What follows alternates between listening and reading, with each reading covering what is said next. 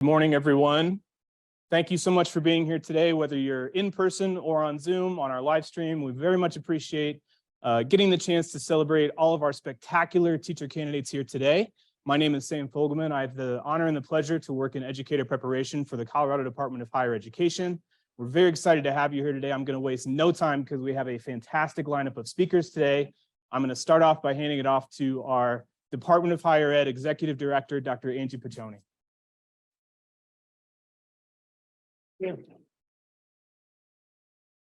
Okay, we have this fancy new mic. Can you hear me now? Can the people online hear me? That's right. We're good. This is Jimmy. Jimmy's our IT guy, isn't he? Great. Okay, thank you, Jimmy. Today I wanted to just share a couple of things, and thing I really wanted to talk about, because as I look out at you all, oh my gosh, I get goosebumps. Because I remember being where you are. I remember when I decided to become a teacher. I taught at Smoky Hill High School. Anybody? No? Cherry Creek? Nothing? No. I taught at Smoky Hill High School for 8 years. I taught psychology and US history and loved literally every minute of it. Loved every minute of it. I think what I want to share, because I don't want to take too long, but what I want to share is the word that probably was one of my favorite words, and that's the word inspire or inspiration. And the reason I love this word is because of its origin. I love the origin of words, even though I wasn't an English teacher. I love the origin of words, and the origin of the word inspire was actually a medical terminology. The medical terminology was that this person, this patient, actually had breath in his or her lungs, that they were alive, as opposed to the opposite of inspire, which is expire. So the doctor would say, this patient is expired, and this patient is inspired. Isn't that cool? I love that, because what it means to be inspired, really, all it really means is that you are alive. And this one characteristic that you bring to the classroom may be enough. Because unfortunately, there are teachers who you might have to check their pulse to see if they have expired. Most teachers are not. Most teachers are inspired, but it means that you bring some life to your room. You bring some life to the classroom. You bring some energy. It doesn't mean you have to be the smartest teacher they've ever had. When I student taught, one of the guys came up to me and he said, "You will never fill her shoes." Like, meaning the master teacher. I was like, thank you. It's like I was just getting started student teaching. Anyway, so you're not going to be the smartest, perhaps, but you could be the one with the most energy, with the most life, with the most passion for what you do. So my encouragement to you is to be inspired, because when you are inspired, you become inspiring. And that's, my phone is going off, sorry. And that's what you want, is you want your students to become inspired. The only way they can become inspired is for you to be the model of inspiration. So I would have you come up here and pledge that you will be, but in your own space, just remember every day, and you can be every day inspired. It's not something that you don't have to search outside for it. You should be inspired by what you're doing on the inside, that you've made this choice, you've made this profession, and this is what's going to float your boat for the rest of your career. And it still has. We were just joking, some of the legislators and I were just joking about, we're still teachers. Those of us who were teachers, we're still teachers. Everything that we do, we end up teaching. So I'm going to welcome you to the profession. I should say a few of the words that were prepared for me. Yeah, this one is really important. Even though that we're here to congratulate you individually, this gathering speaks to our collective dedication to education. And I think that's really important. You have friends here. You have family, if you will. And so we ask you to call on us when you need us, and seek help when you need it, and show up inspired every day. The governor prioritizes education. He was on the State Board of Education, so he's a big education fan. We have a lot of educators, of former educators in the legislature, so you will have support throughout your career from the government of Colorado. So we're even trying to raise your salaries. Whew, gosh. So we hope, oh yeah, thank you. Thank you. And I think everyone will remember in your life, maybe why you became a teacher was because you had a teacher that inspired you. In fact, How many of you had a teacher that inspired you to become a teacher? Raise your hand high. Yeah, just about everybody in the room. And that's what we do. And that's what we do best. Let me tell you, I'm still in touch with so many of my students from Smoky Hill High School. They're 50 years old now. It's like, how could you be 50? I'm still 39. What? They're 50 in their 50s. And we're still connected thanks to Facebook, but we're still connected and they still talk about, I remember when. They don't remember the content. They remember how you make them feel. And if you inspire them to go on to something. So inspiration, that's the word of the day. So I'm going to stop there. And I'm going to be kind of your MC, so I'll be in and out. I'm going to introduce first from the Department of Education, our K-12 partners, Colleen O'Neill from the Department of Education. Come on up. Thank you.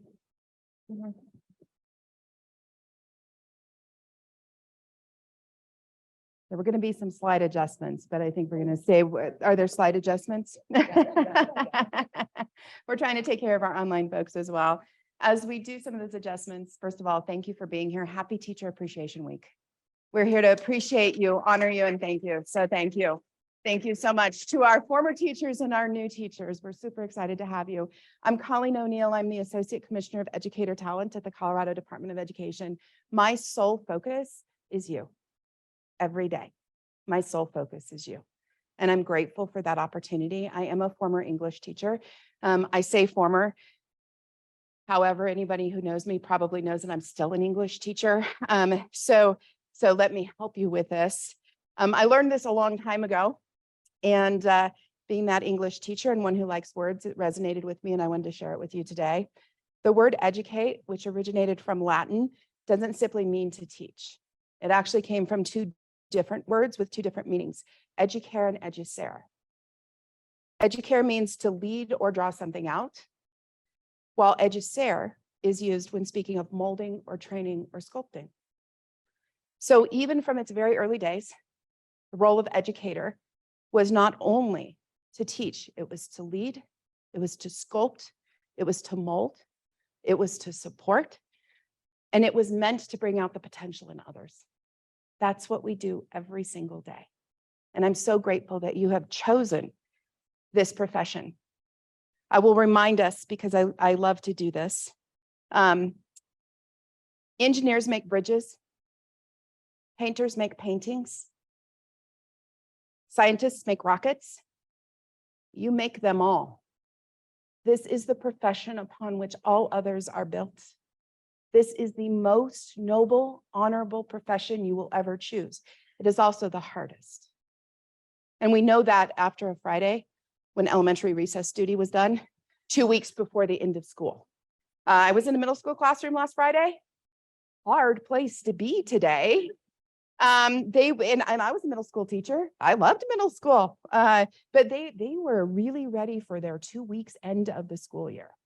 And so I was fortunate enough to visit a teacher who has sculpted, molded, and brought out the potential in her students and is grateful for that every single day. You are a special group. We need you. It's not only a profession you chose, we need you. You are what builds our future every single day. And we're grateful for that. And we honor that. And I will always remind you that sometimes courage does not always roar. Sometimes it is the very quiet voice at the end of the day that says, I will try it again tomorrow. I will remind you that because you will fly very high and you will fly pretty low. And that's because you are bringing out the potential in others. That is challenging and it's amazing. I'm so grateful to have you here. I celebrate you every single day. Thank you for choosing to be here with us. Thank you to everyone who has supported our educators into this pathway. And we look forward to having you in our system every single day for the rest of your life. Because I'm telling you, teachers never leave, right? There's a whole bunch of us. We may have left the classroom, but we never leave where our heart and soul is. So thank you so much for being here. And congratulations to you all for choosing that profession upon which all those are built. Thank you.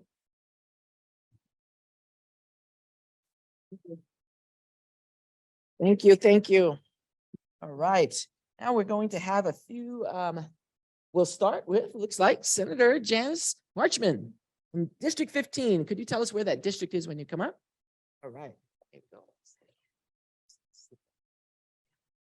Oops. There we go. There it is. Sorry. No, you're good. Hey, can you hear me okay? Excellent. So thank you for being here today. Thanks for inviting me. It is nice to join you this morning. I'm Janice Marchman. Senate District 15 is in Larimer and Boulder counties. I have just completed my first session just like 2 days ago in the state Senate. And I am an educator. I'm going to be going back to my middle school classroom in August. Thankfully, not next Monday, as was originally discussed, because I am eager to rejuvenate after the session and get back to my classroom. But yeah, I am a proud mom and a dedicated teacher. I work at Irwin Middle School in Loveland. I was ESSER funded until the ESSER funding ran out as a math interventionist. Thankfully, I will be getting to continue that same work though upon my return, working with small groups to probably do a pull out method rather than what used to be a push in method when we had more funding.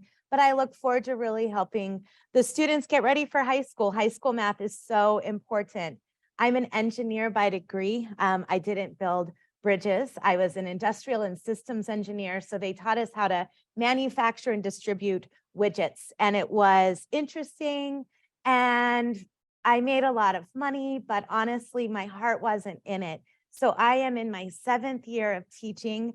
I found this profession in my 40s, and I am so happy to be a teacher. And I will continue to be a teacher throughout the course of my term in the General Assembly. So our educators are incredibly talented and resourceful, just like you. They love to support our students, our colleagues, just like you do, and they want to collaborate with students and families and each other, just like you. And my best advice is to remember those things when you're in the thick of it all. Remember to turn to your partner, turn to your teaching colleagues, turn to your administrator, turn to the amazing classified staff members in your building, and encourage one another and lift each other up. And just remember to support one another. So thank you for your service. Thank you for the time and love that you put into each day. You are going to be entering a world of interruptions in schools. That's what they are. But thank you for that grace. That is what it is. We are flexible, if nothing else, as teachers and resourceful. So thank you for showing up just like you are every day. Teachers don't always get to take that mental health day or a sick day. Sometimes it's easier just to show up rather than do the sub plans. I know this to be true. So, but remind each other to take care of yourselves, even when you're doing that heroic work of just showing up. It's important. So we see you today. We appreciate you. I am so honored that you are joining this profession. And I just want to congratulate you for all your work.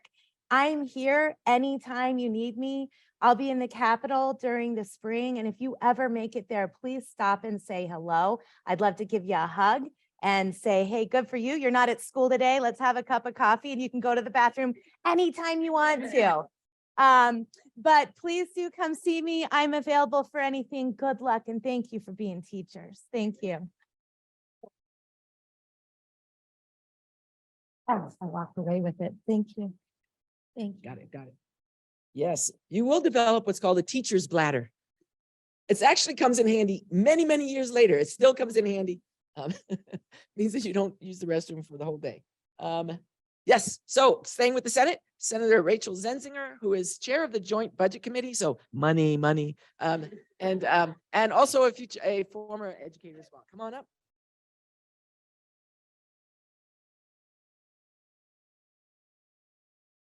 Take this a second to put this on. Well, it is a real pleasure to be here today. I went old school and jotted down some thoughts because just like my colleagues, we just wrapped up the legislature 2 days ago. And I am the chair of the Joint Budget Committee. And there was this great article that was written up in Colorado Politics about the Joint Budget Committee, which is a 6-member group that's made up of 3 legislators from the House, 3 legislators from the Senate. And this year, the chair rotates between the House and the Senate. So one year the Senate gets to chair it. The next year the House gets to chair it. And this year was the Senate. And I was returning to the Joint Budget Committee after serving on it for a few years. And it turns out that I was the only returning member to the Joint Budget Committee. And I ended up serving with 5 other new time members to the Joint Budget Committee. So Mary Ann Goodlin, a journalist who covers politics down at the Capitol, decided to write an article about that experience, about what it's like to be on the Joint Budget Committee, what happened this year, what was it like having 5 new members guiding our state's $40 billion budget. And she wrote this feature where she kind of went in and described each of the members of the Joint Budget Committee. And mine was, I'll start off with the flavor of 5, talking about all the different members. And then they started with me because I was the chair and the only returning member. And she gave each of us a description. And mine was Zenzinger, the teacher. And that's because once you're a teacher, it never goes away. I don't care if you are chairing the $40 billion state budget. Once you know how to be a teacher, once you have that love, it sticks with you forever, no matter what you do. And that's I use those skills very, very much so every day in my role, teaching the other members of the Joint Budget Committee about the budget process, really encouraging each of their strengths, each of their talents, helping to sort of structure our meetings. We even did role playing. And Mary Ann Goodlin, the journalist, she goes, "What do you mean?" And I said, well, I before we went in, I actually sat us down and I said, this is how we're going to do it. We're going to role play a little bit. And the other legislators looked at me like, what are you doing? But it turned out to be really helpful to them. And it produced a better environment for the budget process. So I am a teacher. I still continue to teach. I'm not going back to my classroom in the fall. Right now, because of my role in the Joint Budget Committee, I mostly just substitute teach. So if you ever need anybody, let me know. I really enjoy it. And the reason why I enjoy it is because it inspires me. It makes me remember who I am and what I enjoy and what my purpose is. When I get really bogged down, especially in these last days of session where things are very stressful and high stakes and exhausting, when I go back into the classroom, I feel alive again. I feel my purpose again. I wanted to encourage you to do something today, if at all possible. And if not today, by the end of the week.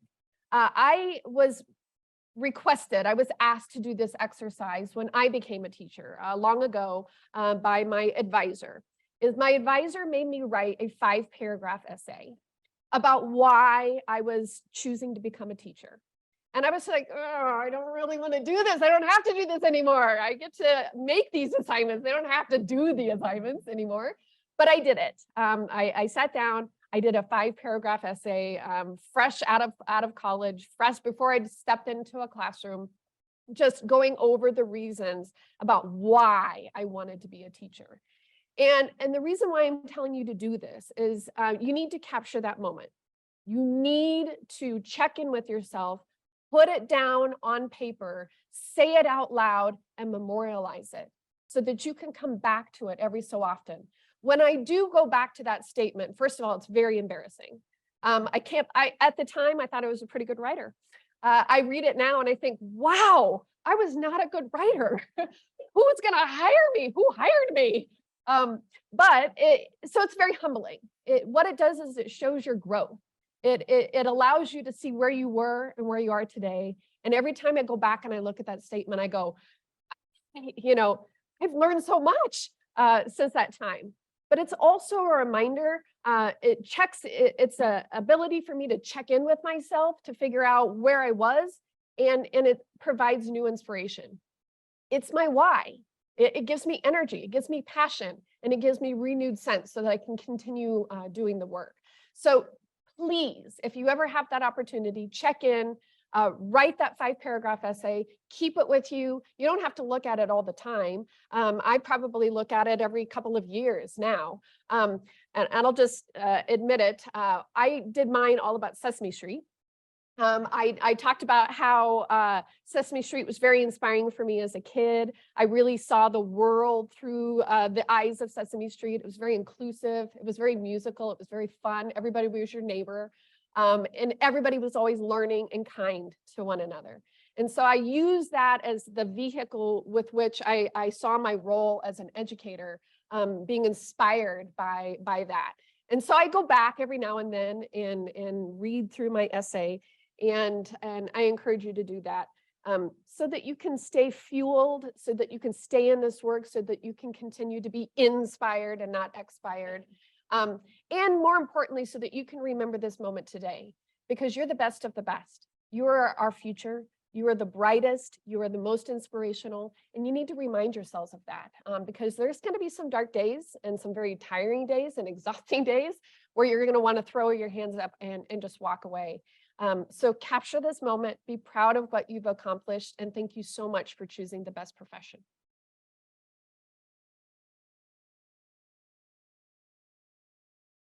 Thank you. Thank you, Senator.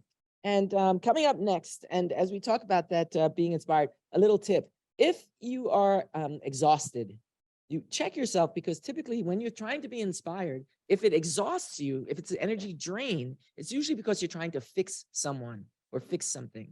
If it's an energy gain, which it should be, inspiration should be an energy gain, it's because you truly are trying to build and develop people and inspire them.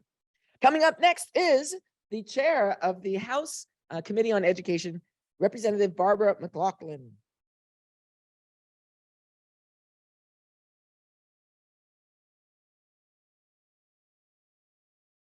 Hey, my father used to always tell us at the dinner table, you know, those dinner table talks. We're like, okay, Dad, here we go.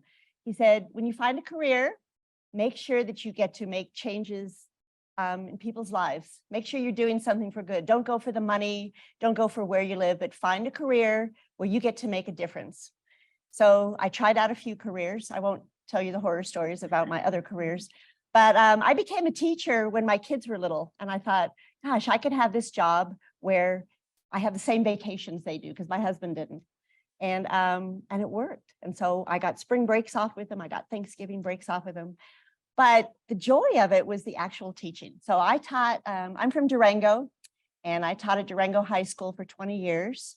I will not offer to substitute teach for you, but I can grade essays to within an inch of their lives. So if you ever need an essay graded, call me. We know those comma rules. I can do them all. Teaching to me was absolutely the best job ever. I decided very early on that I was going to be the hardest teacher they had and their favorite teacher. And you can do both. You can challenge them. I used to kind of say, you will probably cry sometime this year. And they're like, not me. They were freshmen. Of course they're going to cry. But I didn't tell them that part though. But it was like, you gotta learn, you gotta push yourself so hard sometimes that you will cry. Come on in and let's talk. So they come in, I did it, I'm crying. I go, okay, let's sit down and see where we can go from here and how you're gonna fix this. And they came out like, that's better. And then they never cried again, but they figured out that they were pushed to as hard as they could be pushed, and they were successful and they learned what they were supposed to be learning. And for me, that was a good thing to learn in life, that you don't have to be really successful at everything the first time. You can kind of, you push yourself a little bit harder than you want to be pushed. And that's what teachers get to do. You get to encourage and push and cajole. I'm still friends with a lot of my former students here too. A couple of them working at the Capitol right now with me as aides. I can't believe I was 12, I think, when I taught them, because they're old enough to be doing this stuff, but maybe not. But you get to do this, this thing where kids come in years later and they go, you know, you made me read Poisonwood Bible. And I go, I know, I'm sorry about that. And they go, I really hated it at the time. So I went back and I read it again.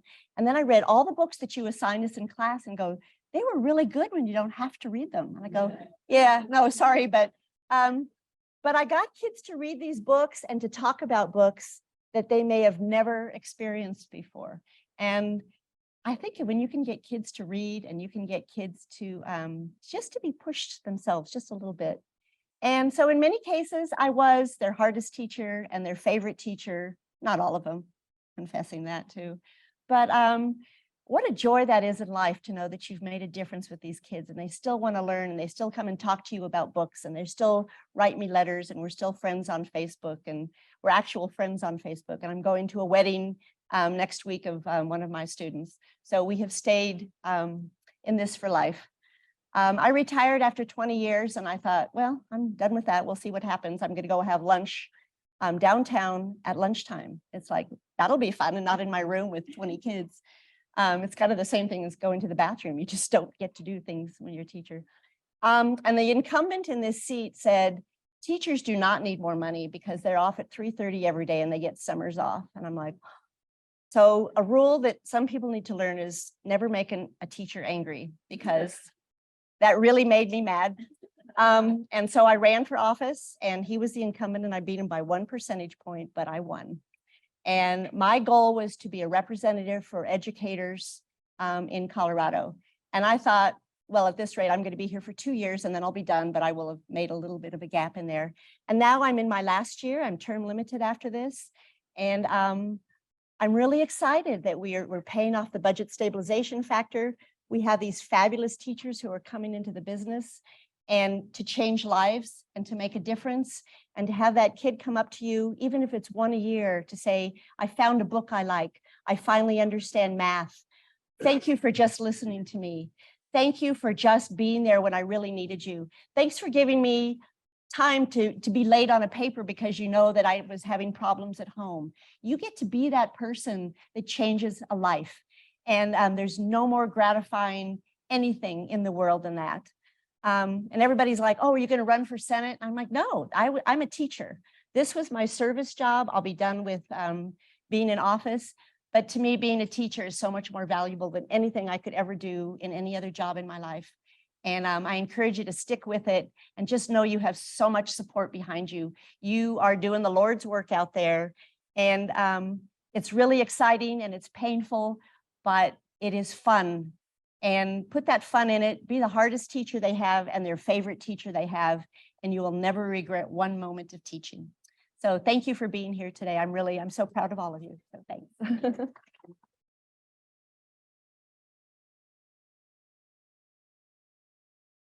Oh, you might want.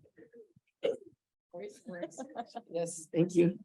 I wonder if we put it on something like this, would it work? Could we just leave it here? I think it would be okay. What do you think, Jimmy? Let's try it out. Make it easier. Okay, next we have, aren't these great? Don't you love hearing these stories? The reason why we wanted to bring you these powerful stories and testimonies, if you will, is because this is the profession you're going into.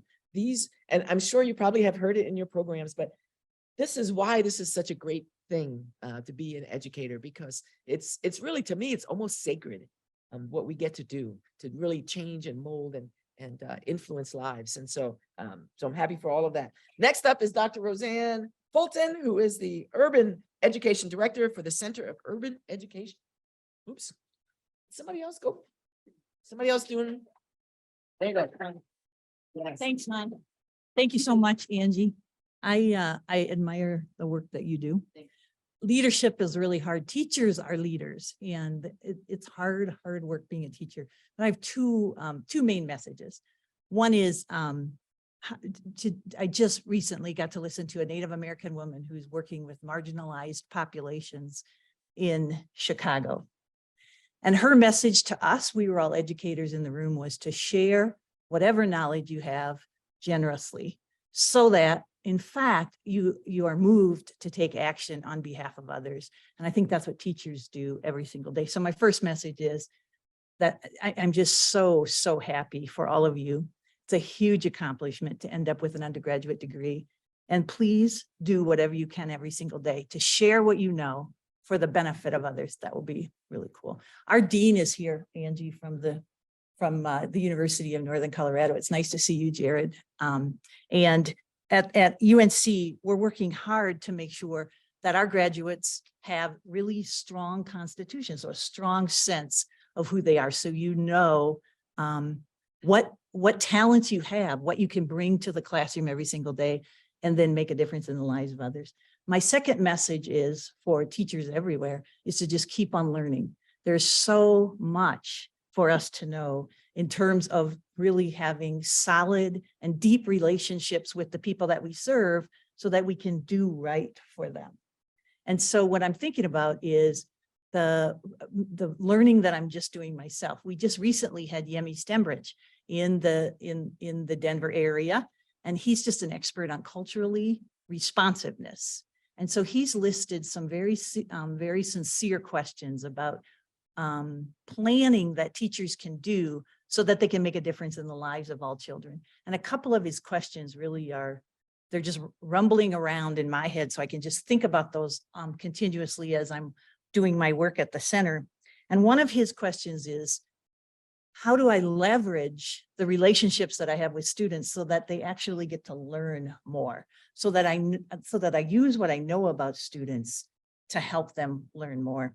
And a second question is, how do I design instruction so that students get to tap into their own funds of cultural knowledge so they can understand who they are racially and culturally and linguistically, and use that as a way to learn more about themselves and others, and really get on a path of action for the sake of service and success for other people. So Angie, I'm going to stop because Jimmy has really important things to say. I'm really excited to be here. Thank you. Yes, and we are so excited to have the 2023 Teacher of the Year. Could be someday you could someday be the Teacher of the Year, but not today. Today is Jimmy Lee Day, the second band director, instrumental music teacher at East Middle School in Aurora Public Schools District. Welcome, Jimmy. Give him a hand.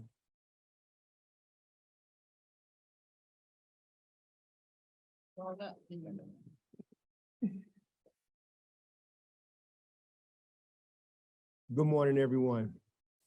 Thank you for allowing me to briefly speak with you all today.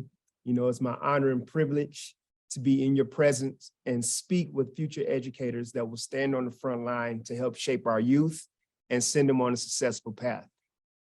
You know, in case no one has told you, you are about to go into a career full of excitement, fulfillment, challenges, and life lessons. Make sure you make the best of each moment. My name is Jimmy Day II. I am the 2023 Colorado Teacher of the Year. Thank you. I teach 6th through 8th grade band at East Middle School in Aurora, Colorado, in the Aurora Public School District. I have been teaching in Aurora and at East for the past 6 years, and I have been in education for 14 years. Teaching has been both challenging and rewarding. And because of those experiences, it causes me to make sure that I am my best self for my students. Why do I teach? There are many reasons. Building relationships with students, helping my students discover their talent, giving my students great experiences in music educations, and many more. Booker T. Washington once said, "There is no success without a successor." That quote is a big part as to why I teach. If my music teachers, band teacher, choir teacher, if they didn't invest in me when I was in school, I probably wouldn't have been able to leave Detroit, Michigan, go to Tennessee State University, and perform in the marching band around the country, okay? If it wasn't for them, I wouldn't have been able to cultivate my skills on my instrument that allows me to be the educator that I am today. My teachers believed in me, and because of that, I was given opportunities that I would have never imagined. Now, to be the best educator, I continue my education, receiving a master's, learning unique pedagogical techniques, a little tongue-tied here, to allow me to teach my students how to be great musicians and great performers, just as they did for me. My teachers had an expertise that I knew that I had to develop so I can be my best for my students. I have now had many students afforded the same opportunities to cultivate their skills and perform with college bands themselves. Teachers are the hope for the future. My journey is the embodiment of the power of teaching and investing in our youth. That is why I teach. Before I leave you, I would just like to share a little brief story about one of my little 7th grade clarinet players from last year. His name is Uriah. This is a story that kind of gets me here every time I talk about it. So last year, around this time, the district normally holds a music festival.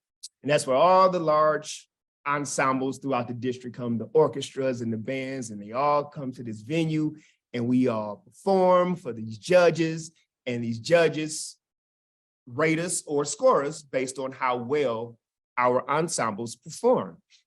And if you're not familiar with music festivals, you have 4 categories. You have superior, which is the highest any ensemble could get. Then you have excellent rating. Then you have good rating. Then fair rating, which is the lowest. Long story short, my students went there, did a really good job, and got a superior rating. Thank you. Thank you. Now, that moment was a great moment. As a band director, in middle school especially, you take all the W's. Yeah, we're gonna hang that one, yeah, So that moment sparked a very special moment with my student Uriah a couple of days later. So a couple of days later, I was able to pass out some medals to my students who performed that day because my awesome assistant principal decided, hey, we need to give them some awards because they really represented East very well. So he bought them some medals, but those medals came at the delivery was like in the middle of the day. So my morning classes didn't get their medals yet. So I was able to pass them out to all my afternoon classes, and I told them, hey, get the word back to the morning band class, let them know to come get their medal from Mr. Day before they leave, or they can just get it tomorrow, but just pass the word. So the day went on, passed medals out, taught, and all that stuff. Finally, last class left for the day. Some students trickled back, got their medals, and went home. So everybody was going about 4:10-ish. I'm wrapping up. I'm in my office, cleaning up, getting everything together so I can go home so I can kick it. And before you know it, I hear this banging on my exterior door. I have a door that goes directly outside at the back of my band room. And somebody just banging, banging, banging. And I goes to the door, who is banging on my door? So I open the door and here he is, my little 7th grade clarinet player, sweating, out of breath, panting, eyes wide open, can barely talk. What are you doing? I came back to get my medals, but I went home. Okay.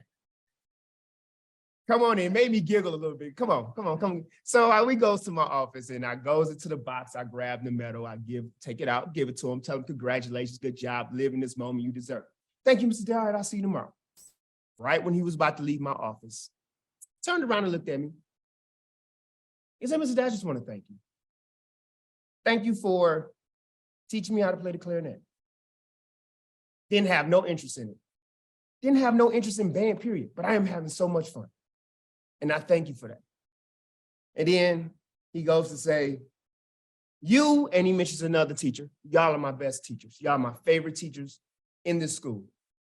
And before he continued, he bust out crying.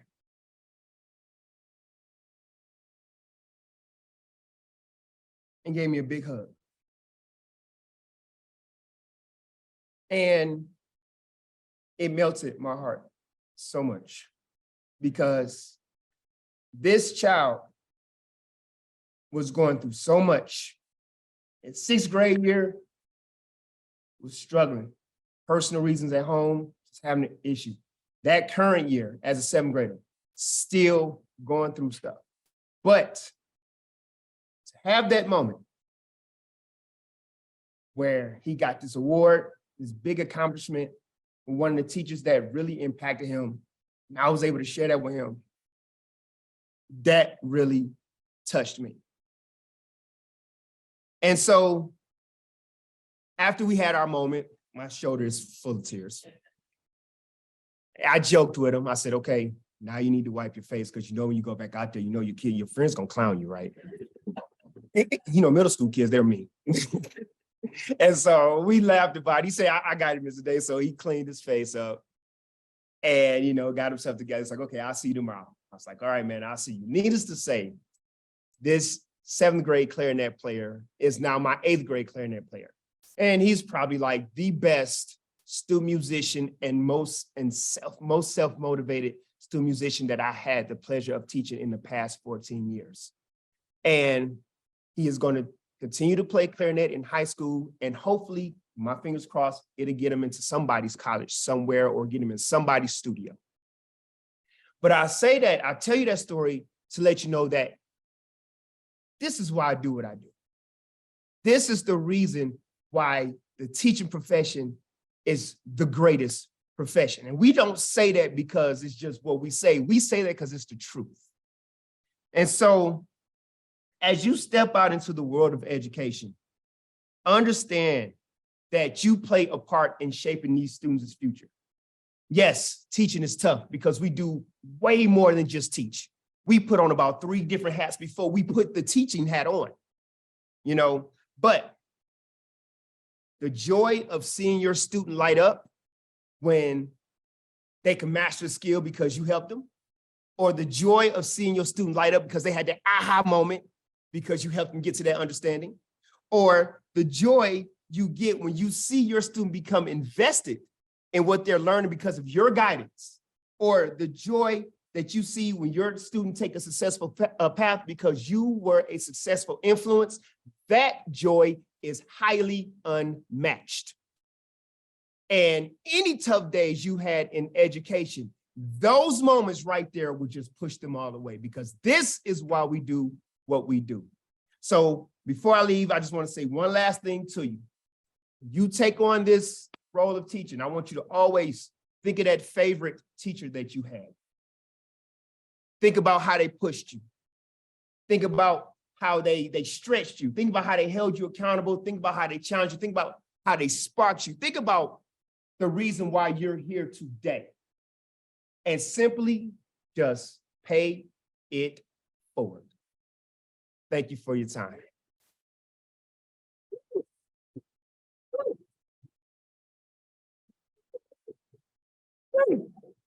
Yeah, yeah. Yeah. Fantastic. Ooh, I have chills. They're multiplying. Oh, no. That's why he's teacher of the year. Can you see that? And what he did is my other favorite word is potential. He activated the potential in that young man, and I'm sure many others. And that's what we get to do. By being inspired as he is, we get to activate the potential of others. Potential who's a science teacher? Any science teachers in here? Anyone going to become a science teacher? No science teachers? Wow. Oh, a little bit. The scientific definition of potential is stored energy. And so in science, you have to have a catalyst or some kind of agent that acts on the stored energy to essentially activate that energy.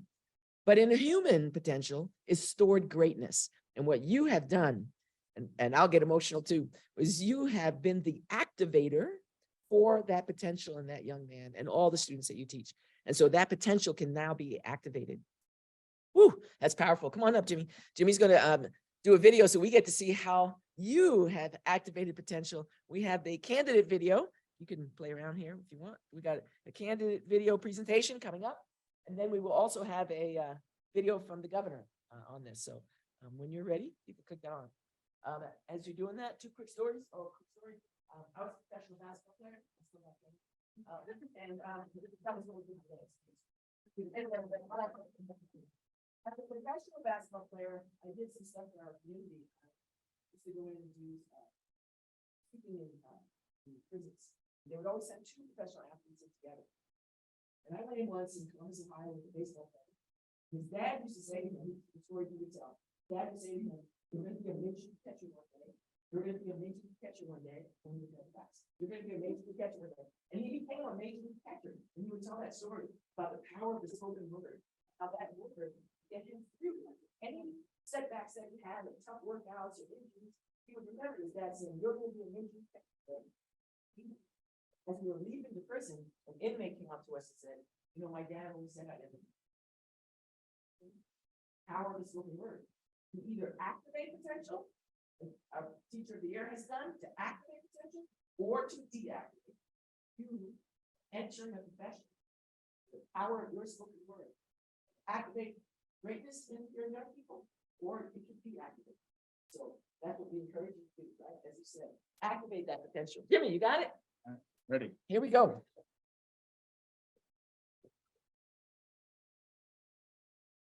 That was your cue, Jimmy. You're supposed to. Hi, my name is Alex Rockensock. Hi, my name is Mindy Justice, and I am a soon-to-be graduating TC from the Friend School Teacher Preparation Program. Hello, my name is Mark Mollis. Hi, my name is Aquay Turner. Hello, my name is Brooke Payne, and I am a future English teacher. Hi, my name is Michaela Dangler, and I'm a senior at Colorado Mesa University. Hello, my name is Mary Kate. Hello, my name is Jocelyn Sanchez, and I am currently going to be graduating from Colorado State University Pueblo with my elementary education degree. My name is Emily Doden, and I am currently a senior at Colorado Christian University. My name is Shelby Alm. Hello, I am Matilda, and I chose to be an educator because I am passionate about working with children and helping them in a positive way to change the future. Hello, my name is Christine Conquest. I'm becoming an educator because I want to help those that struggle with things that come easily to others. I have always felt called to serve my community. So excited to be working with the kids, have my own classroom, and growing them in all the ways. I wanted to become an educator to help students build positive mindsets towards mathematics and make math accessible to all. I want to be a theater teacher because theater is such a positive environment for students to collaborate in, for students to grow, but also for them to use their own creativity and their artistic qualities inside of the classroom to make something amazing. There's no better feeling in this whole world than connecting with students and helping them be their absolute best selves. When I was 6 years old, my family adopted 2 of my brothers from Ethiopia. After watching and helping them with their journey of learning English and learning to read and write, I knew that I had a passion for education and teaching students these valuable life skills. I initially started teaching because I was hoping to make an impact in the lives of my students, but I've been surprised by just how huge of an impact they've made in my life. I decided to pursue education really because I had a love for learning, education, and kids pretty much my whole life. And so when I got to college, I really just had really great professors who pushed me into going towards down the path of education and being able to make a difference. I just think it is such an absolute joy to get to make students feel so just seen and loved, even if it's just by one person in their life and that person gets to be me as their teacher. I just know that teachers do have the potential to impact kids in a way that can last a lifetime, and so I think it is just such a joy to get to encourage these students and walk through day-to-day life with them. I'm excited. I'm ecstatic to find a school to call home, to meet my fellow teachers and staff, to set up my classroom, to meet my students for the very first time, and to share all the joy and love in my heart with each and every one of them throughout the years.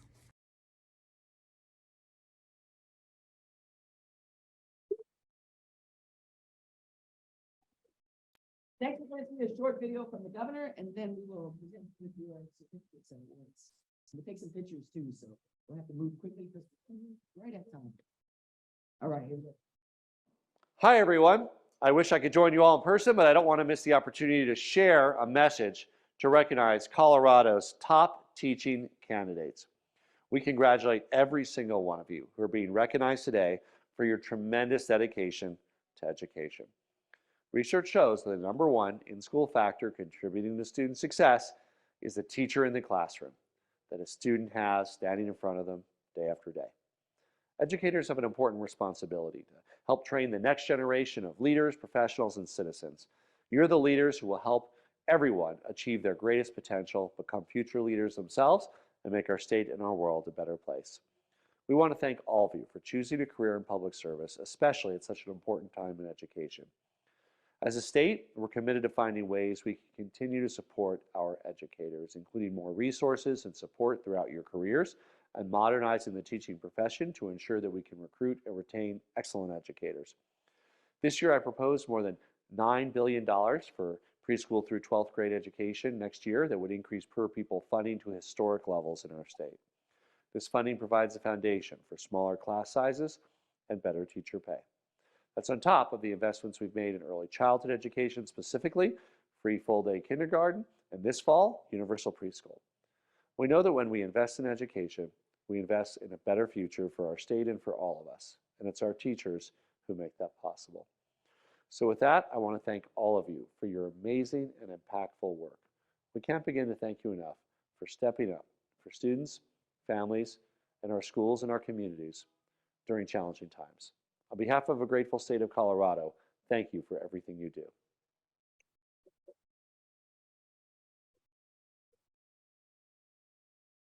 Fantastic. And Elizabeth, will you come on up? Elizabeth Cordova from Teach Colorado is going to help with passing out these certificates. When we call your name, if you would come up and Colleen, if you would also come up. Colleen and I are going to stand on each side of this banner. If you could come to the middle, that would be great. And we'll take a quick photo and then we'll try to do this quickly. So come on up. You're going to read those names.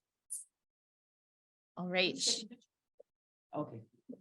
That's Megan from our Department of Communications. She's our Director of Outreach and Communication. There's other folks from the department. Would you just wave or stand up? Because the department really helps to make all of this possible.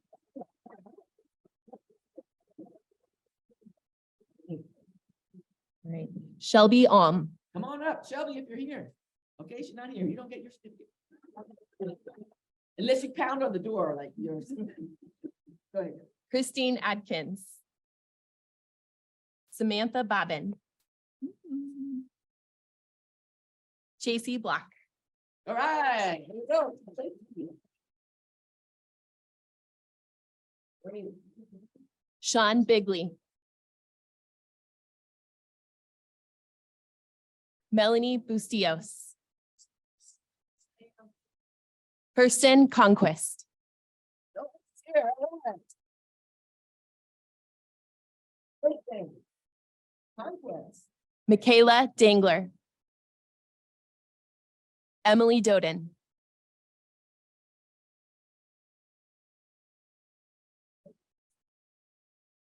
Emily, come on down. Leah Dunphy, Neilani Nini Elliston, Liz Ferguson, Clayton George, Clayton George. Just standing up. You should do that.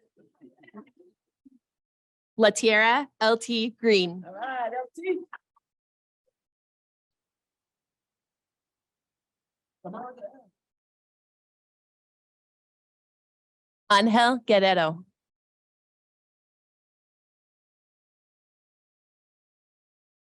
Alan. I was saying, you came a long way for this. Jeffrey Harden,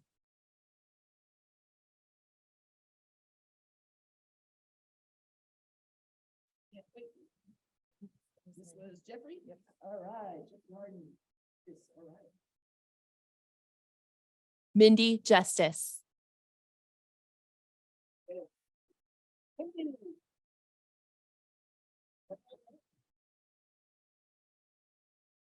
Kayla Cossack,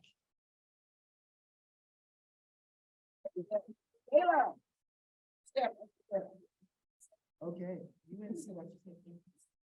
Yes. Madison Kabbalah,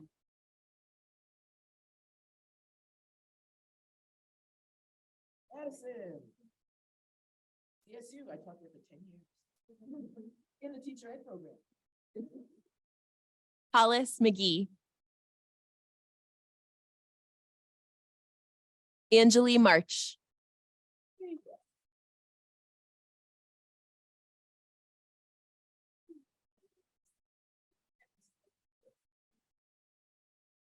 Mark Mollis,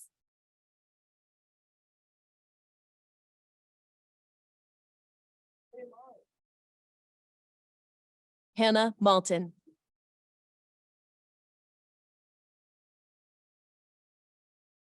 Miranda Mowers, Mary Kate Naylor. Okay, here it comes. There. Yeah, I go about 5 blocks. Traffic is bad. Brooke Payne.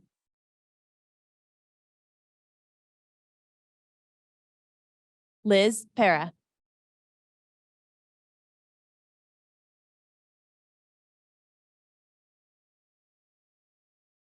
Also from Colorado Mountain College. Come on down. And the next future educator as well. You have to wait a few years, but hey.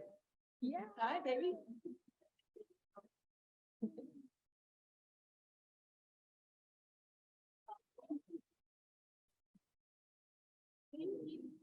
Beautiful smile. Ashley Phelps.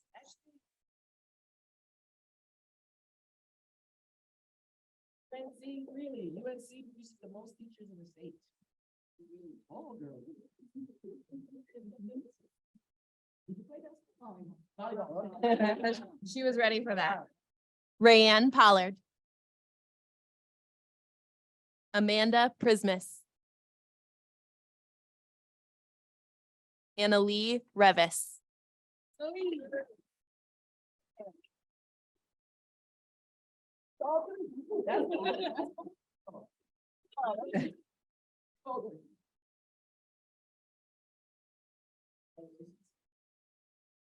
Atsiri Ayala Rivera.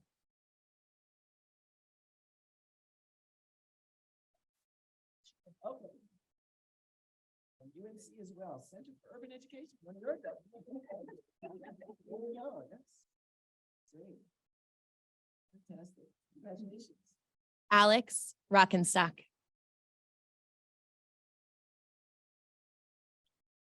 Yeah. Alex, CCU.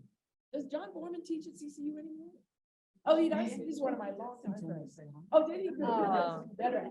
Tell him I said. Jocelyn Sanchez. Christine Steffen. What?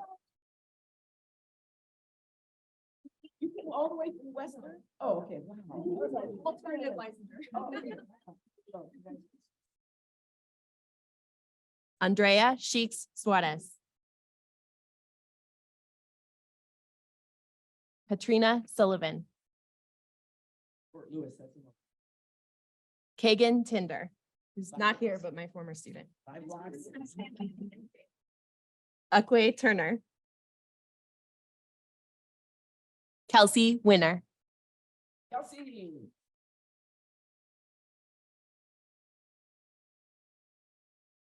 Fort Morgan School District, are you still in high school?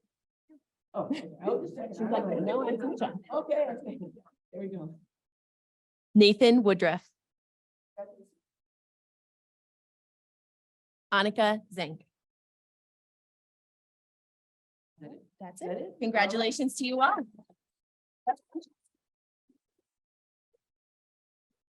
Does anybody want a certificate? We got certificate. No, I'm just kidding. I think that's the last of it, right? So Sam's going to close us out. We're just a few minutes over, but I just want to say thank you again for being here. Some of you came for a long distance to be here.